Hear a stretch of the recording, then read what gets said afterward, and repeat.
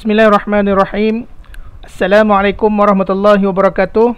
Dan juga salam sejahtera kepada kamu semua. Apa khabar semua PRS pada hari ini?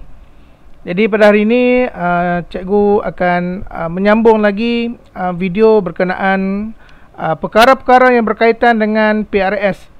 Jadi pada hari ini cikgu akan memberi penekanan tentang ciri-ciri yang perlu ada di dalam diri seorang PRS. Yang mana kamu perlu tahu, bagi seorang PRS, ciri-ciri ini adalah sangat penting. Walaupun ciri-ciri ini tidak ada lagi di dalam diri kamu ataupun masih tidak digilap, kamu jangan risau. Kita akan sama-sama membantu kamu memastikan kamu ada kebolehan yang menepati ciri-ciri PRS. Jadi mari kita tengok slide yang seterusnya. Baik, ciri-ciri PRS adalah seperti berikut, yang mana sebagai seorang PRS, nak ke tidak, dia perlu mempunyai kebolehan lisan. Kebolehan lisan ni bagaimana? Maksudnya dia mampu untuk bercakap dengan orang lain, dia mampu ada kemahiran memujuk, dia mampu untuk bermesra. Maksudnya berkomunikasi secara mesra dengan orang lain, supaya ia memudahkan kamu menjadi seorang PRS yang berjaya.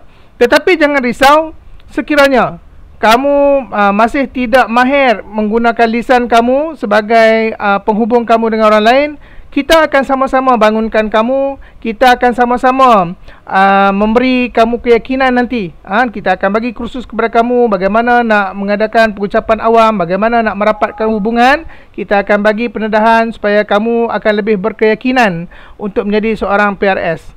Okey, untuk ciri yang kedua, seorang PRS dia perlu ada kebolehan intelek. Intelek ni maksudnya dari segi penggunaan akal lah, akal fikiran. Maksudnya dia tidak boleh berada dalam kategori yang terlalu lemah.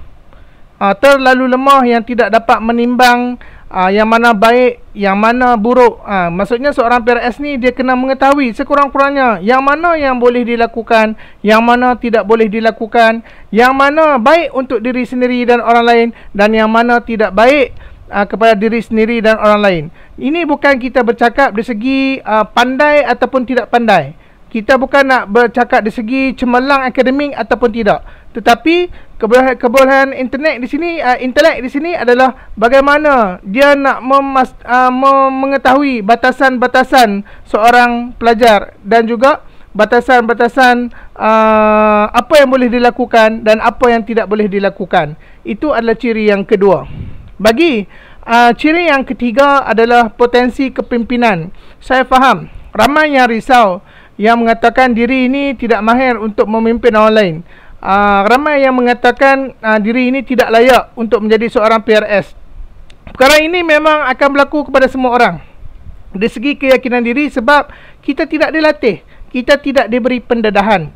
Bukan semua orang daripada azali dia mempunyai semangat juang yang tinggi ataupun mempunyai semangat untuk menjadi seorang pemimpin. Tetapi semangat ini, keyakinan ini perlu dilatih dan diberi pendedahan. Itulah tujuannya kamu semua menyertai PRS. Baik, ciri yang ketiga, dari segi peringkat umur ni, apakah maksudnya? Peringkat umur ini adalah seorang PRS dia mampu, dia memahami bagaimana nak menguruskan orang yang lebih tua daripadanya, bagaimana nak menguruskan pula orang yang sama umur dengannya, dan bagaimana pula nak menguruskan bagi adik-adik yang lebih muda daripadanya. Jadi seorang PRS ni perlu bijak. Dia tidak boleh merangkumi semua golongan umur sama saja pendekatannya. Tidak boleh. PRS ni dia kena bijak bagaimana nak melayan orang yang lebih tua, bagaimana nak melayan orang yang sama umur, dan bagaimana pula nak memberi perhatian dan melayan orang yang lebih muda. Itulah yang dimaksudkan di dalam ciri-ciri peringkat umur ini. Okey, ciri yang seterusnya yang saya nak tekankan di sini dari segi motivasi diri. Setiap orang perlu ada motivasi diri. Motivasi diri ini dia ada dua. Yang pertama internal dan yang keduanya eksternal. Apakah yang dimaksudkan dengan eksternal dulu? Eksternal ini adalah motivasi luaran. yang datangnya daripada orang lain. Contohnya, saya ataupun Cikgu Zawani sebagai pembimbing kamu sebagai PRS, kami sentiasa memberi motivasi kepada kamu. Ataupun cikgu-cikgu lain yang sentiasa memberi motivasi kepada kamu. Ataupun ibu bapa dan juga rakan yang sentiasa memberi motivasi kepada kamu. Tetapi perkara yang kedua di dalam motivasi diri ini adalah motivasi secara internal. Internal ini adalah motivasi dalaman, yang mana yang dia lahir daripada diri kamu sendiri. Sebab itu sebagai seorang PRS, kemahiran memotivasi diri sendiri ini adalah sangat penting. Ada kalanya kita berada dalam keyakinan yang penuh. Ada kalanya kita berada dalam kesedihan dan sebagainya. Jadi kalaulah kita tidak mampu untuk memotivasikan diri kita sendiri, maka tugas-tugas PRS nanti akan terganggu. Sebab itu, bagaimana nak motivasi diri, kita akan ceritakan dalam video-video yang terkemudian nanti. Jadi, janganlah kamu tidak menonton video-video ataupun maklumat-maklumat yang diberikan oleh cikgu. Baik, ciri yang seterusnya, apa lagi ciri yang seharusnya ada dalam seorang PRS? Ciri yang seterusnya adalah bertanggungjawab. Bertanggungjawab ni apakah maksudnya? Yang pertamanya, bertanggungjawab kepada diri sendiri. Yang keduanya, bertanggungjawab kepada orang lain. Bertanggungjawab kepada diri sendiri benar? Sentiasa berusaha untuk memajukan diri. Sentiasa memastikan diri tidak mudah putus asa. Sentiasa ingin orang kata apa, mendapat ilmu-ilmu baru, bersemangat dan sebagainya. Itu adalah bertanggungjawab kepada diri sendiri. Selain daripada itu, bertanggungjawab kepada orang lain bermaksudnya apa? Kita tidak mahu orang lain berada dalam kesusahan. Kita tidak suka melihat orang lain lemah. Kita tidak suka melihat orang lain berada dalam kesedihan dan sebagainya. Sebab itu, bertanggungjawab ini, yang pertamanya, kita mesti mementingkan tanggungjawab kepada diri sendiri. Yang kedua, kita lihat pula tanggungjawab kepada orang lain, guru, ibu bapa, rakan-rakan dan sebagainya. Jadi ciri yang seterusnya ini, ciri yang bertanggungjawab ini perlu ada di dalam diri seorang PRS.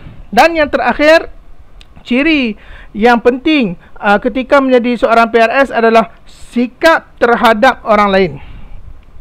Sikap terhadap orang lain inilah yang akan menentukan sama ada seorang PRS itu berjaya ataupun tidak. Jika kamu memandang rendah kepada orang lain, kamu tidak suka membantu orang lain, ataupun kamu melabel orang lain itu jahat, ataupun kamu memandang serong terhadap seseorang, maka gagallah kamu sebagai seorang PRS. Sebab tu kamu kena ingat, PRS ini dia menerima seseorang tanpa syarat. Dia tidak boleh melihat latar belakangnya.